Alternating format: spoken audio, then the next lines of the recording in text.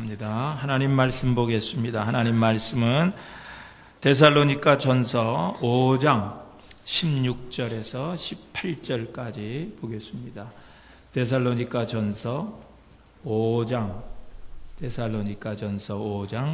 16절에서 18절까지 제가 봉독해 드리겠습니다. 항상 기뻐하라. 쉬지 말고 기도하라. 범사에 감사하라. 이것이 그리스도 예수 안에서 너희를 향하신 하나님의 뜻이니라. 아멘. 할렐루야. 여러분들 성경을 얼마나 외우고 계세요? 한 절 외우고 계신 분 계세요? 한 절이라도. 성경 나는 한 절이라도 외우고 있다. 두 절이라도 외우고 있다. 세 절이라도 외우고 있다. 그러면 어떻게 한 절이라도 외우고 계세요? 자, 오늘 저와 함께 세 절을 쉽게 암송하겠습니다. 첫째, 어떻게 해라? 항상 뭐하라? 또 왜 기도하라, 기뻐하라가 이렇게 막 같이 나와. 자, 항상 기뻐하라. 또 이게 한 절 외인 거예요. 이게 한 절 외인 거예요. 항상 기뻐하라. 여러분 한 절 외인 거예요.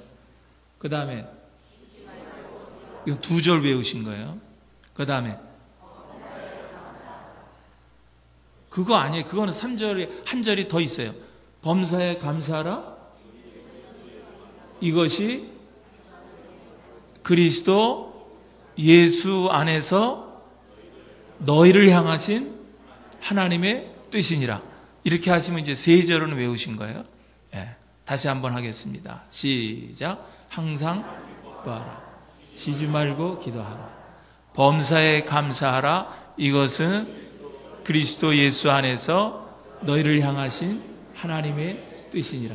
이제 눈 감고 여기 보지 말고 네, 눈 감고 세 절은 오늘 저하고 같이 외우셔야 돼. 자, 시작.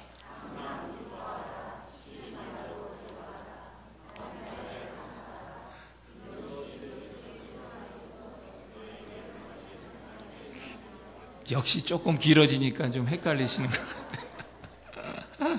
살짝 눈 뜨시는 분도 계시고. 하여튼 오늘 이 세 절은 외우세요. 세 절은 너희를 향하신 하나님의 뜻이다 했으니까 꼭 이 세 절은 외우시기를 바랍니다. 성도의 3대 덕목이라고 하면 고린도전서 13장 13절에 있는 말씀이에요. 믿음과 소망과 사랑. 이것은 우리 그리스도인들의 3대 덕목입니다. 그러면은 그리스도인들의 3대 실천 강령이 뭐냐? 3대 실천 강령이 바로 오늘 본문 말씀이에요. 기뻐하라, 기도하라, 또 뭐하라? 감사하라. 이것을 우리가 실천해야 될 일이에요.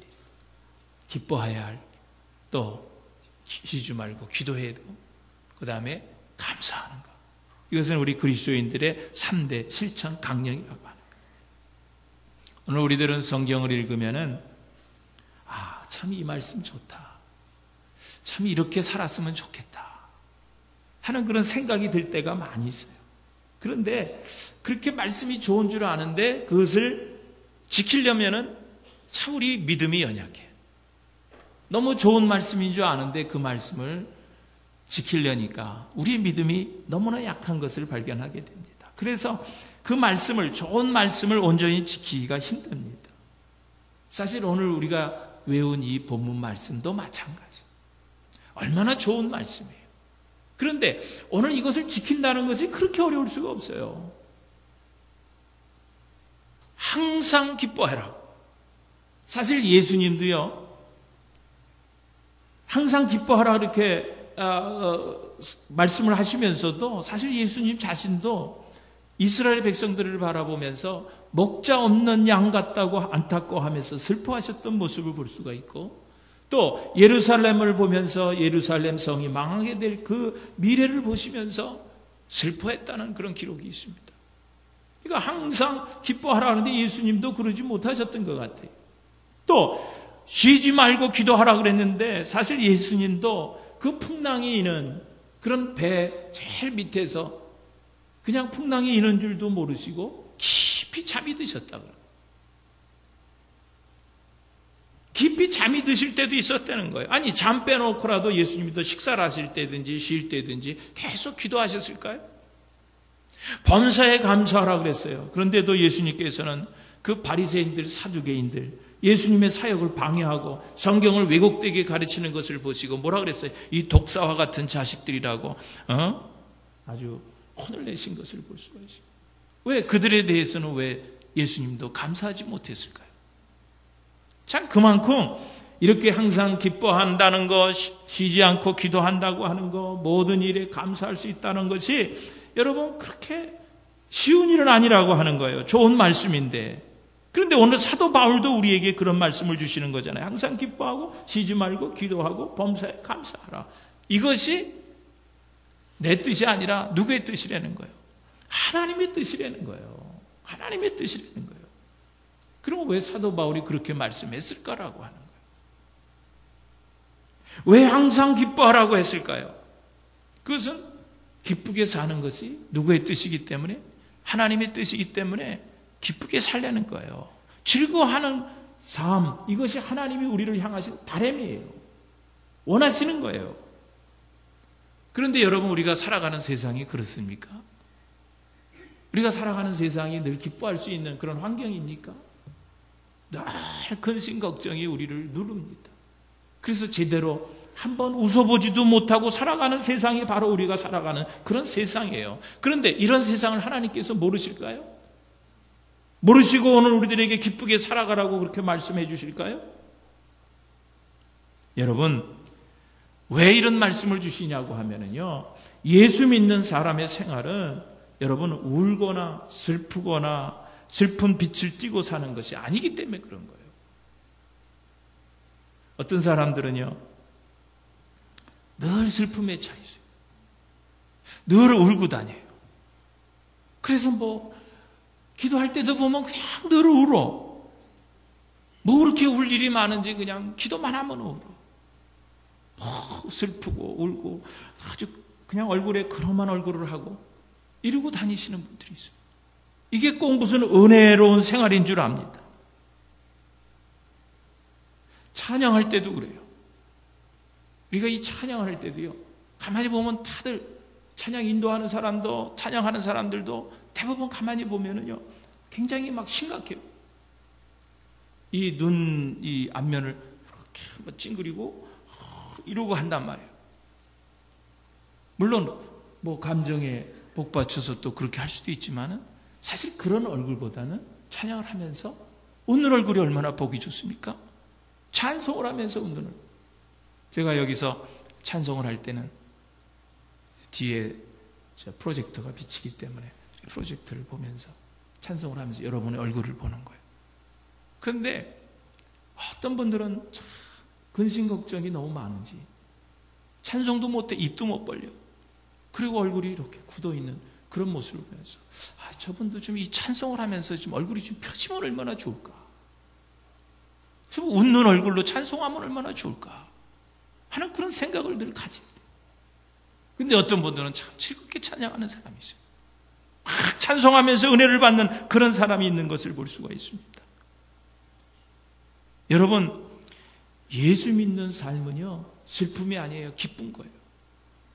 여러분, 예수 믿는 삶은 눈물이 아니라 웃음입니다.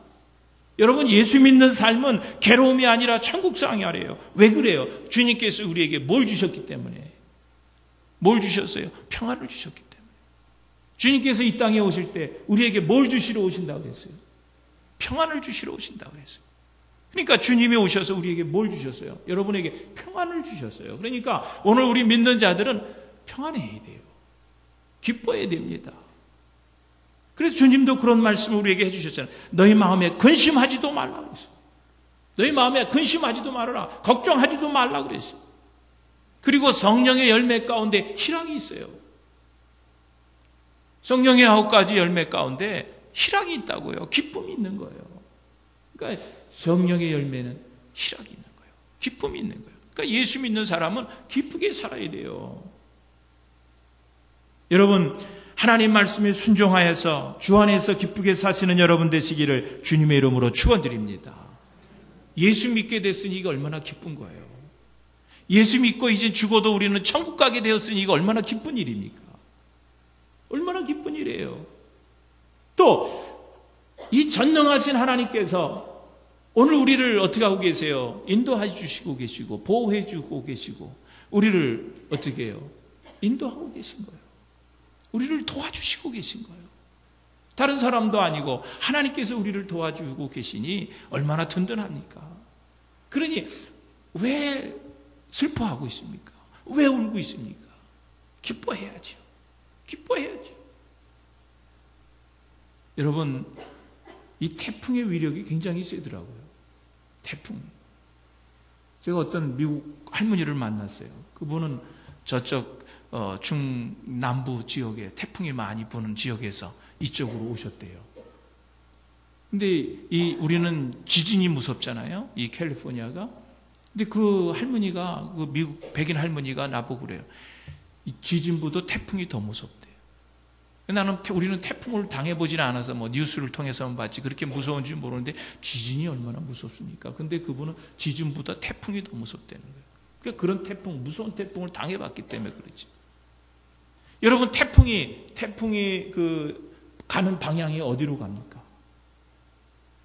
태풍이 형성이 돼가지고 그 진로를 어디를 따라서 그 방향이 설정이 되냐면요. 저기압을 따라서 여러분 그 태풍이 간다는 거예요.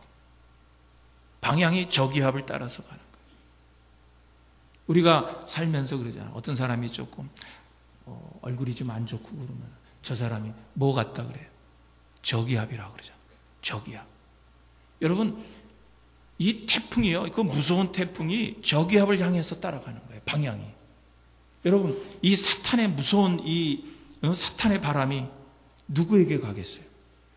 다니다가 슬퍼하는 사람, 기쁨이 없는 사람, 마음이 저기압이한 사람에게 그 사탄의 간바람이 갔다가 그 방향으로 가는 거예요. 그러니까 여러분, 참 기쁘게 산다고 하는 거, 즐겁게 산다라고 하는 거, 여러분 이것이 얼마나 중요한 건지 몰라요. 여러분, 기쁨이 있는 사람은요, 하는 일들이 잘 돼요. 그런데 항상 얼굴을 찡그리고 다니는 사람은요, 될 일도 안 되는 경우가 많이 있는 것을 봅니다. 여러분, 웃는 얼굴을 보는 사람은요, 그 사람에게 신뢰감을 주는 거예요. 웃는 사람.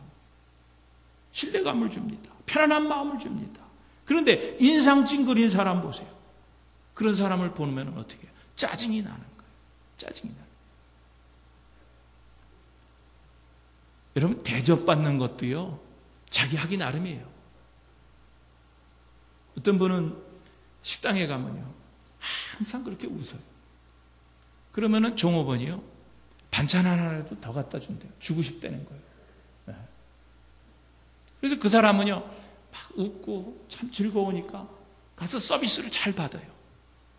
근데 들어가서 얼굴이 찡그리고 이러고 앉아 있으면은 종업원이 반찬 하나 더 갖다 주고 싶어도 안 갖다 준다.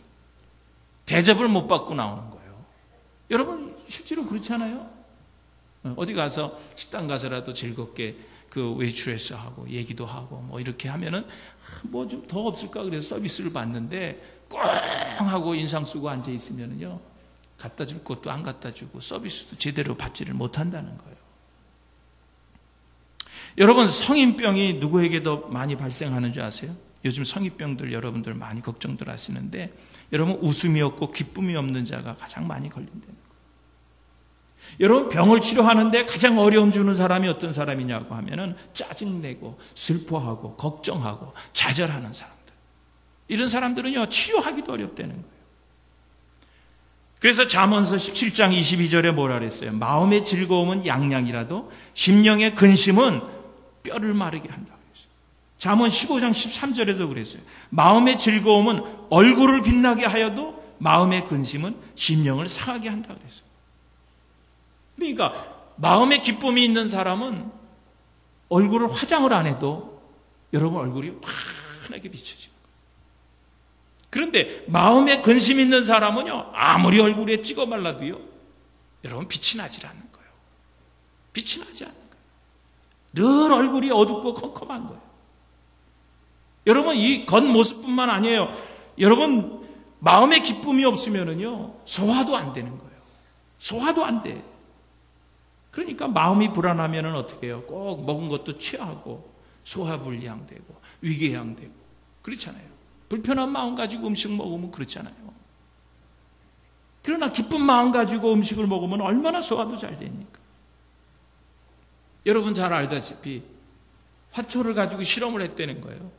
그래서 이 한쪽 화초에는 늘 물을 주면서 참 잘 잤냐, 참 이쁘다, 아름답다, 그러면서 사랑한다 그러고 말을 하면서 물을 주고 이렇게 한대요. 그런데 한쪽에 있는 화초는 일어나면서 그냥 욕을 하고 저주를 하고 막 그런데. 그런데 이 사랑을 받고 나는 화초는요, 그렇게 싱싱하게 빛깔도 곱게 그렇게 잘 자란다는 거예요. 그런데 그냥 가서 욕을 퍼붓고 저주한 그 화초는요, 얼마 못 가 진짜 시들어버리고 그냥 죽는다는 거예요.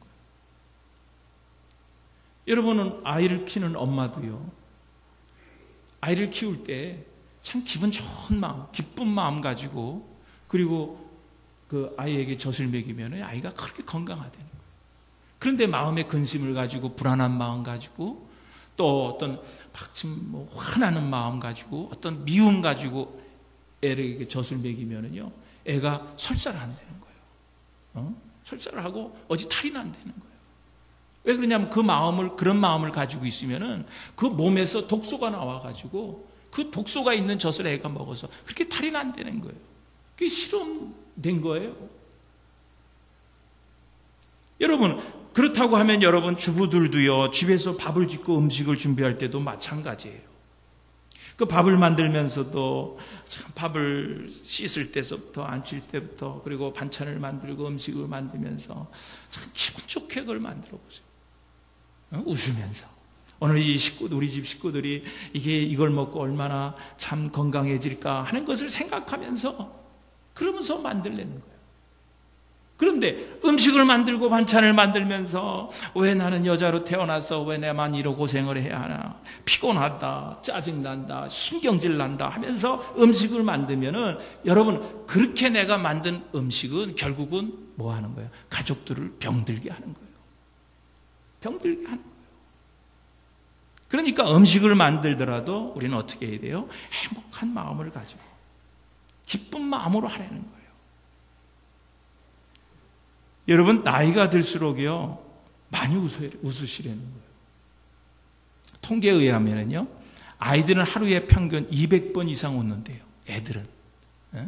그런데 성인이 될수록 웃음이 점점 적어지는데 하루에 14번, 17번밖에 웃지 않는다는 거예요. 애들은 한 200번 이상을 웃는데 어른들은 14번에서 17번 웃는다는 거예요. 여러분, 이 웃음이라는 것이 얼마나 참 우리에게 유익하냐고 하면요, 많이 웃는 사람은요, 웃지 않는 사람보다 10년은 더 산다는 거예요. 10초 웃으면은요, 배를 3분 동안 노젓는 것 같다는 거예요. 10초 웃으면 노젓는 게 얼마나 힘들어요. 근데 10초만 웃으면 3분 노젓는 거 효과가 있다는 거예요. 또 15초 동안 막 박장대소하면서 웃으면은요, 그냥 100m 달리기 질주한 것과 같다는 거예요. 그러니까 매일 100m 달리기 할 거 없어요. 그냥 15초만 그냥 막 박장대소하면서 웃으면은 100m 달린 것과 같다는 거예요. 그리고 여러분, 사람이요, 움직이는 근육이 650개가 있다는 거예요. 그런데 웃을 때 몇 개의 근육이 움직이냐면 231개가 움직인다는 거예요. 한 3분의 1이 웃을 때, 우리 움직이는 근육 가운데 3분의 1이 웃을 때 막 움직이는 거예요. 그러니까 여러분, 얼마나 건강하겠어요. 그러니까 여러분, 우리가 정말 나이 들면 들수록 무슨 좋은 음식 먹는 것도 중요하고 운동하는 것도 좋지만은 어떻게 해야 돼요? 잘 웃으려는 거예요. 잘 웃으면은 건강하게 살 수 있다는 거예요. 여러분, 우리가 사회생활 하는데도요, 이 마음의 기쁨이 얼마나 중요한지 모릅니다. 여러분, 그렇잖아요. 마음의 기쁨이 있는 사람은 모든 생활이 긍정적이 됩니다. 적극적이 됩니다. 여러분, 마음에 기쁨이 있는 사람은 언제나 웃음이 떠나지 않는 거예요. 생기가 넘칩니다. 힘이 있어 보입니다. 그리고 상대방에게 호감을 주는 거예요. 그래서 그 사람의 인상이 오래 남는 거예요. 그러므로 여러분, 잘 웃고 마음에 기쁨이 있는 사람은요, 사회적으로도요, 빨리 진출이 돼요. 빨리 출세할 수 있는 거예요. 좋은 결과를 가져오는 거예요. 그래서 사도 바울도 빌립보에 있는 교회에 편지하면서 뭐라 그랬어요? 주 안에서 기뻐하라. 내가 다시 말하노니 기뻐하라 그랬어요. 기뻐하며 사시는 여러분 되시기를 주님의 이름으로 축원드립니다. 이렇게 기뻐하라 그런데도 우리가 기뻐하지 못하는 이유가 뭐냐면은 기쁨을 다른 곳에서 자꾸 찾기 때문에 그런 거예요. 어떤 사람은 그 기쁨을 TV 앞에서 코미디언이 웃겨주는 거 그거 보면서 웃음을 찾으려고 하는 사람이 있어요. 어떤 사람은 술 한잔 하면서 거기서 기쁨을 찾으려고 하는 사람이 있어요. 어떤 사람은 자기 자녀들을 의존해서 그 자녀들이 자기가 기도한 대로 성취하는 것을 보면서 기쁨을 찾으려고 하는 사람이 있어요. 어떤 사람은 물질에서 기쁨을 찾으려고 하는 사람이 있고 어떤 사람은 스포츠나 쾌락 속에서 기쁨을 느껴보려고 하는 사람들이 있다는 거예요. 그런데 그렇게 해서 받는 그 기쁨은 잠시뿐이에요. 어둠이 밀려오듯이 다시 찾아오는 근심과 걱정 때문에 그 문제를 그 기쁨 웃는 일을 또 잊어버리게 되는 거예요. 그러므로 주 안에서 기뻐하라고 그랬어요. 주 안에서. 여러분, 우리가 기쁨이 없다는 것은 우리가 하나님을 절대적으로 믿는 믿음이 부족한 거예요. 믿음이 부족해서 기쁨이 없는 거예요. 왜 그래요? 예수님께서 너희는 마음에 근심하지 말라 그랬어요. 하나님을 믿으니 또 나를 믿으라고 하셨습니다. 그럼에도 불구하고 그 전능하신 하나님을 믿지 못하기 때문에 기쁨이 없다는 거예요. 마치 예수님께서 제자들과 함께 그 갈릴리 호수를 지날 때 풍랑이 일었어요. 배 밑에서 주님은 깊이 잠이 드셨어요. 근데 풍랑이 일 때 그 제자들이 얼마나 두려워했습니까? 얼마나 무서워했어요? 얼마나 걱정했어요? 다 죽는 줄 알았어요. 예수님과 함께 지금 같은 배에 지금 타고 있는데 왜 무서워합니까? 왜 두려워합니까? 예수님께서 일어나셔서 그 풍랑을 잠잠케 하시잖아요. 왜 그런 예수님이 자기들과 함께 같은 배를 타고 가는데 왜 두려워합니까? 그러니까 오늘 우리들이 신앙생활하면서 조금만 어려움이 있으면 막 당황하고 두려워하고 걱정하고 하는 그런 이유가 뭐예요? 예수님에 대한 믿음이 적기 때문에 그래요. 하나님에 대한 그런 믿음이 적기 때문에 우리가 두려워 걱정하는 거예요. 다른 거 없는 거예요.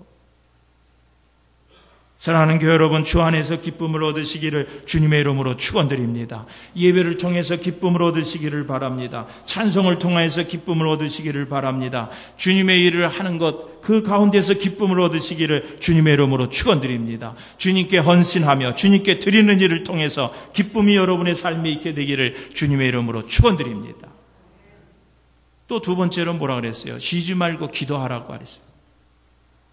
종교개혁자 마틴 루터는 하루에 3시간씩 기도했다는 거예요.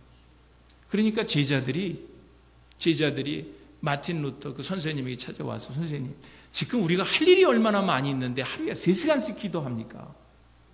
우리 지금 할 일이 얼마나 많은데 3시간씩 기도하는 일에 시간을 보냅니까? 그랬을 때 그 마틴 루터가 그랬대. 우리가 할 일이 많으니까 우리가 하나님께로부터 받아야 할 도움이 많지 않느냐. 그래서 오늘 우리는 더 많이 기도해야 된다고 그렇게 대답했다는 거예요. 여러분, 요한 웨슬레도 마찬가지예요. 나는 할 일이 너무 많기 때문에 그 일을 하기 전에 내가 여러 시간을 기도한다고 그랬어요. 그만큼 여러분, 기도가 중요한 거예요. 에베소서 6장 18절에도 모든 기도와 간구로 하되 어떻게 하라 그랬어요? 무시로 성령 안에서 기도하고 이를 위하여 깨어 구하기를 항상 힘쓰라고 그랬어요. 무시로. 이 말씀은 뭐예요? 숨을 쉬도 기도하려는 거예요. 숨을 쉬도 기도. 시간이나 때를 가리지 말고 호흡하는 것처럼, 우리가 호흡하는 것처럼 기도하려는 거예요. 여러분, 우리가 너무 바쁘다고 호흡하는 것을 멈출 수 있습니까? 내가 음식을 맛있게 먹는다고 이 호흡하는 것을 멈출 수 있어요? 말을 할 때 호흡하는 거 멈출 수 있습니까? 여러분, 노래할 때 호흡하는 거 멈출 수 있어요? 아니에요. 멈추면 죽는 거예요. 모든 생명체가 호흡하지 않으면 다 죽는 거예요. 영혼도 마찬가지입니다. 우리의 영혼도 마찬가지예요. 우리의 이 호흡이 기도하지 않으면 우리 생명이 끝나는 거예요. 여러분, 기도 없는 영혼은 죽은 영혼과 같은 거예요. 여러분, 산 사람은 항상 숨을 쉬게 돼 있어요. 우리의 영혼이 살아있다고 하면요, 우리는 늘 기도할 수밖에 없는 거예요. 무엇을 하다가 중단하면요, 그것은 좋은 일이 못 됩니다. 여러분, 공부하는 학생이 공부하다가 쉬면요, 어떻게 되는 거예요? 농부가 농사 짓다가 피로하다고 괴롭다고 중단하다면요, 어떻게 되는 거예요? 굶주릴 수밖에 없는 거예요. 마찬가지 우리 신앙도 교회 다니다가 쉬는 분들 없기를 바라요. 여러분, 기도하다가 기도를 쉬는 그런 죄를 범하지 않기를 바랍니다. 사무엘 선지자가 그랬잖아요. 자기는 기도를 쉬는 것을 죄로 알았어요. 나는 너희를 위하여 기도하기를 쉬는 죄를 여호와 앞에 결단코 범치 아니하라. 기도하지 않는 것을 죄로 알았어요. 여러분, 그리고요, 우리가 기도하지 않으면 안 되는 이유가 있는데요, 그것은 귀신이나 사탄이나 마귀를 대적하기 위해서 우리는 기도해야 돼요. 여러분, 절대로 우리는 기도하지 않으면요, 이 사탄을 이길 수가 없습니다. 절대로 이길 수가 없어요. 여러분, 우리는 이 사탄, 마귀의 존재를 우리는 인정해야 됩니다. 분명히 있어요. 그런데 우리보다 그들은 더 나아요. 우리는 그들과 싸워서 이길 수가 없어요. 한번 그들이 우리를 시험하고 유혹하면 우리 넘어질 수밖에 없어요. 그런데 넘어지지 않는 방법이 있어요.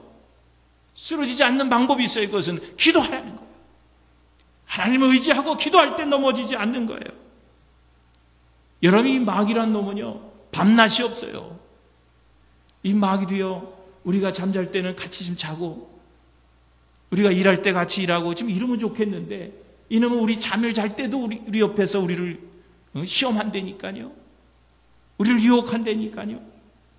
이 마귀는요, 불철주야 쉬지 않고 활동하는 거예요.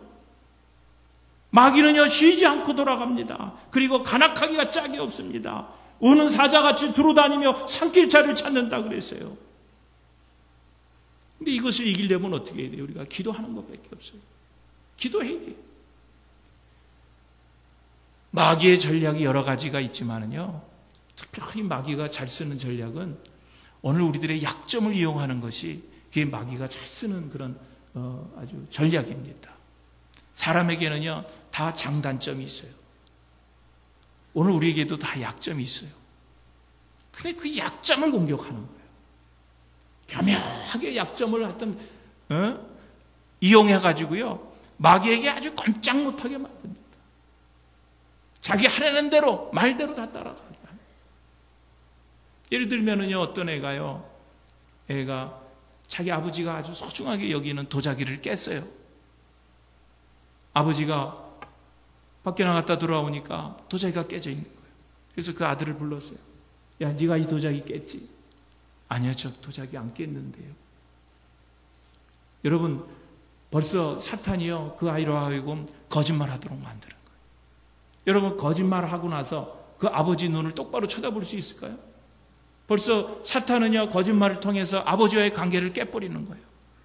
슬금슬금 아버지를 피해서 도망다니게 만드는 거예요. 근데 그 가정에 가정부가 있었어요. 가정부가 어느 날 그 애 보고, 야, 저 우물에 가서 물 좀 하나 길어 오라는 거예요.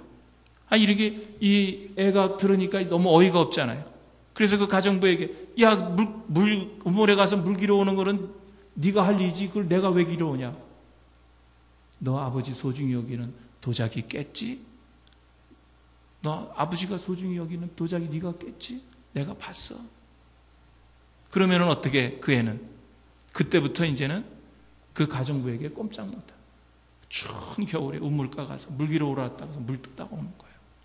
여러분요, 사탄은요, 이렇게 그 약점을 이용해 가지고요, 사탄이 꼼짝 못하게 만드는 거예요. 꼼짝 못하게 만들어요. 그러면은 이 마귀와 싸워서 이길 수 있는 건 뭐예요? 기도밖에 없는 거예요. 그래서 예수님께서도 마태복음 26장 41절에 뭐라 그랬어요? 시험에 들지 않게 깨어있어 기도하라 그랬어요.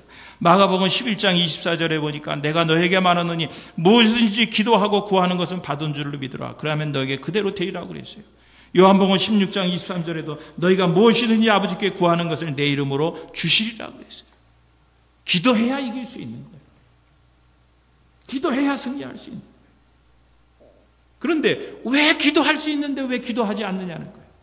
오늘 우리가 같이 복음성가도 불렀지만 기도할 수 있는데 왜 걱정하고 있느냐는 거예요. 사랑하는 교회 여러분, 기도할 수 있을 때 최선을 다해서 기도하시는 여러분 되시기를 주님의 이름으로 축원드립니다. 쉬지 말고 끈질기 기도는요, 하나님의 마음까지도 움직일 수 있는 거예요. 쉬지 않고 정말 끈질기게 하나님 앞에 기도할 때 하나님의 뜻을 이루고 엄청난 기적을 여러분들이 경험하게 된다는 거예요. 끈질기게 기도할 때 하나님께서 그 은혜의 복을 소나기같이 여러분들에게 부어주신다라고 하는 거예요. 여러분, 교회가 기도하는 분들이 많이 있어요. 기도하는 분들이 많이 있어요.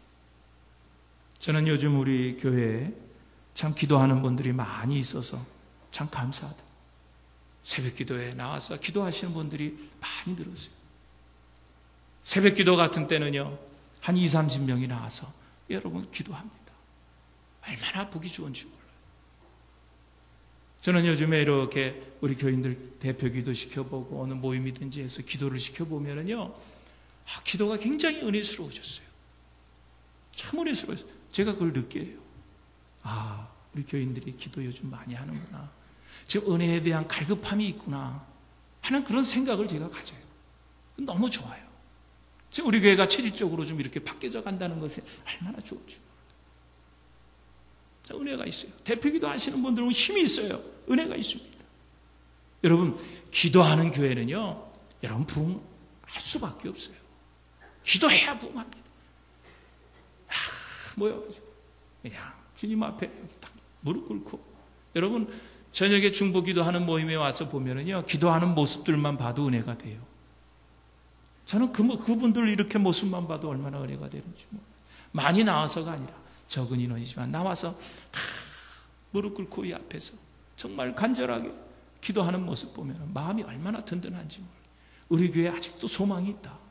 저분들 때문에 우리 교회에 아무래도 정말 소망이 있다 하는 생각이 들어요. 기도 많이 하시는, 좀 기도할 수 있을 때 최선을 다해서 기도하시는 여러분 되시기를 다시 한번 주님의 이름으로 축원드립니다. 그리고 세 번째로는요, 범사에 감사라 그랬잖아요. 여러분, 이 11월 달은요, 감사의 달이에요. 22일은 추수감사주일입니다. 여러분, 지금부터 감사의 조건을 찾아서 하나님 앞에 감사하시기를 바랍니다.